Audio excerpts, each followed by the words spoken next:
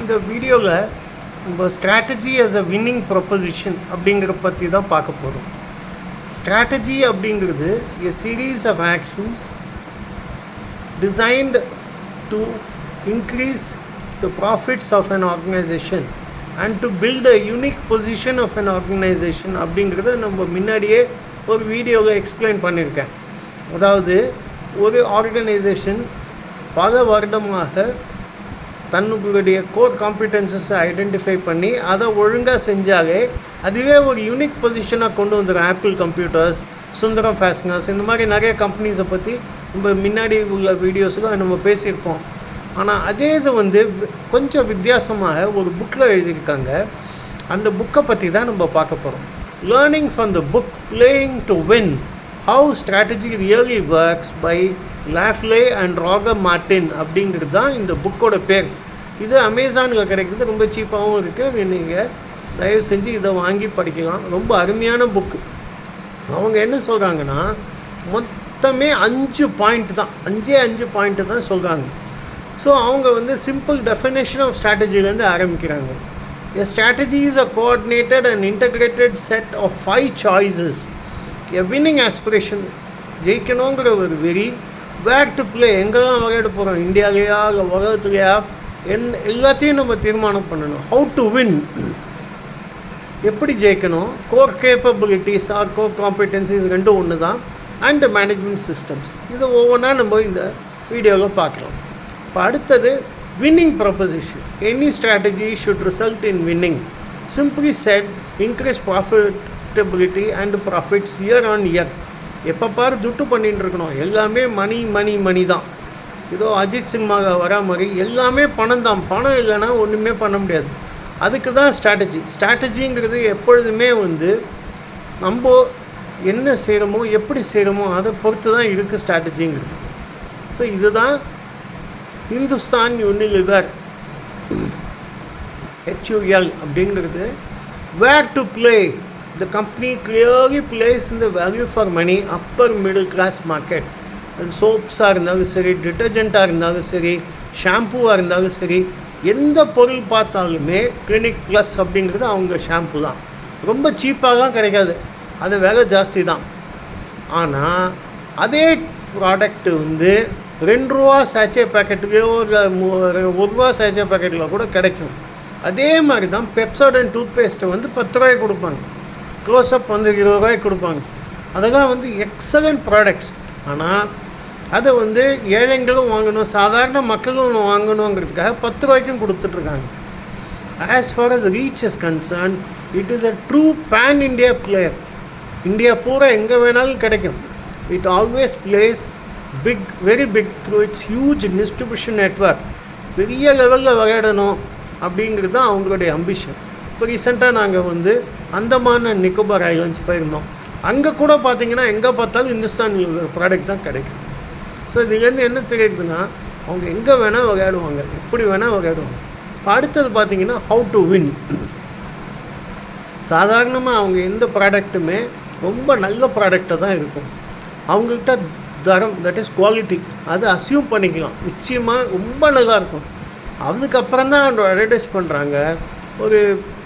எனக்கு தெரிஞ்ச ஒரு மூலமாக கிட்டத்தட்ட 8, 9, 10 வருஷம் முன்னாடியே 15,000 கோடி ரூபாய் செலவழிக்கிறதா சொன்னாங்க. இப்போ அந்த அமௌண்ட் ரொம்ப ஜாஸ்தியாக தான் இருக்கும். Hindustan Unilever spends several millions of rupees on advertisements year on year. several millions தான் என்ன, பல லட்சம், பல கோடி ரூபாய் செலவழிக்கிறாங்க. Once the customer tries the product, there is no going back. ஒரு தடவை நம்ம வாங்கிட்டோன்னா திரும்பி அதே தான் வாங்கிட்டு இருப்போம். எந்த இல்லத்தரசியை கேட்டாலும் விம் தான் சொல்லுவாங்க. விம் தான் ரொம்ப நல்ல ப்ராடக்ட். ஏன்னா அந்த பாத்திரத்தை தேய்க்கிறதுக்குலாம் அதுதான் ரொம்ப நல்ல ப்ராடக்ட். ஈவன் டுடே எல்லாருமே அதை தான் யூஸ் பண்ணுறாங்க. இப்போது என்ன பண்ணுறாங்க, எம்பிஎஸ்ஸை எக்கச்சக்கமான எம்பிஎஸ்ஸை அவங்க ஐஏஎம்னு சொல்கிற Indian Institute of Management Ahmedabad, இல்லாட்டா ISB, Indian School of Business, அந்த மாதிரி பெரிய இடத்துலேருந்து எடுத்து grooms them through practical experience. அவங்களுக்கு ட்ரைனிங் கொடுத்து அவங்கள பெரிய ஆளாக்கிடுவாங்க. It manages to fine-tune its core capabilities through experience-based learning and is highly result-oriented through hundreds of distributors. Hundreds of distributors இல்லை, thousands ஆஃப் டிஸ்ட்ரிபியூட்டர். எங்கே பார்த்தாலும் 100 பேர் 1000 பேர் இருந்தாங்க. 1000 பேர் பல 1000 பேரோட டிஸ்ட்ரிபியூஷன் நெட்ஒர்க் இருந்தால் அது எவ்வளோ பெருசு நினச்சி பார்க்கணும் நீங்கள். அதுதான் அவங்களுடைய ஸ்ட்ரென்த் ஆக்சுவலாக. Huge distribution network of 3500 distributors across 20,000 towns.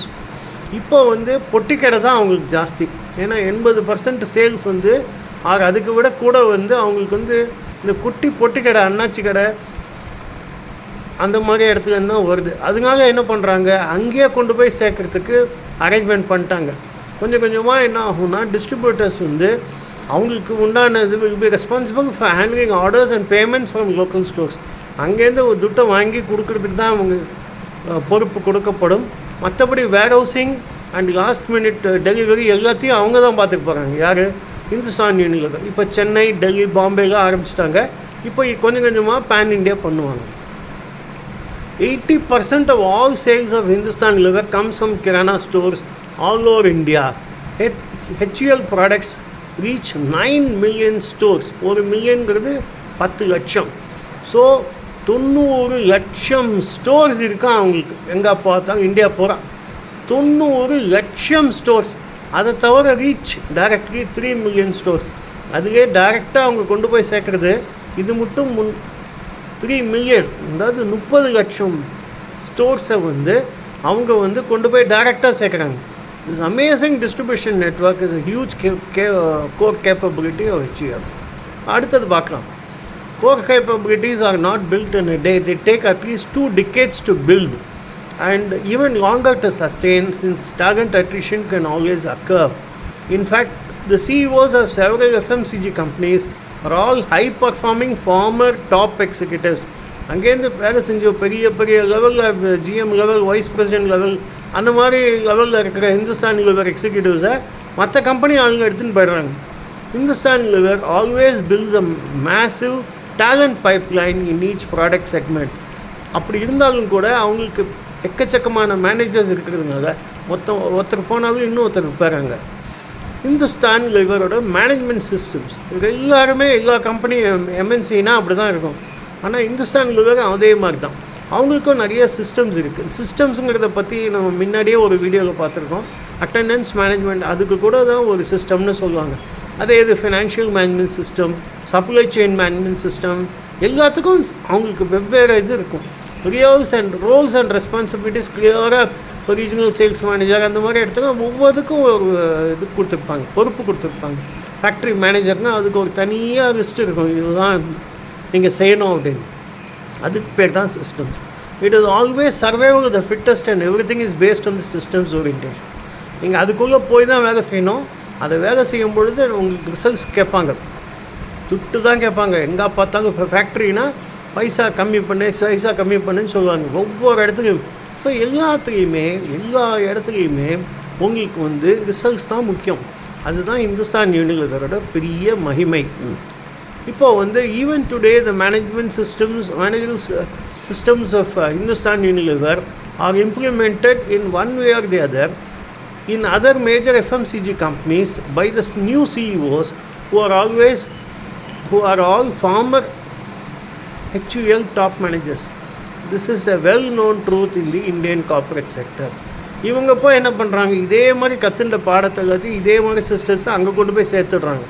அதே மாதிரி தான் எல்லா இடத்துலையும் இருக்கும். ஸோ இது ஒரு பெரிய விஷயந்தான். இதுதான் வந்து ஹவு டு வின் அப்படிங்கிறது இந்த ஒரு எக்ஸாம்பிள் வச்சுன்னு நம்ம கற்றுக்கிட்டோம். அதாவது எப்படியுமே ஜெயிக்கணும், ஜெயித்தா தான் உங்களுக்கு வெற்றி. இதுதான் இந்த வீடியோவோட சாராம்சம். இந்த வீடியோ உங்களுக்கு பிடிச்சிருக்கும்னு நான் நினைக்கிறேன்.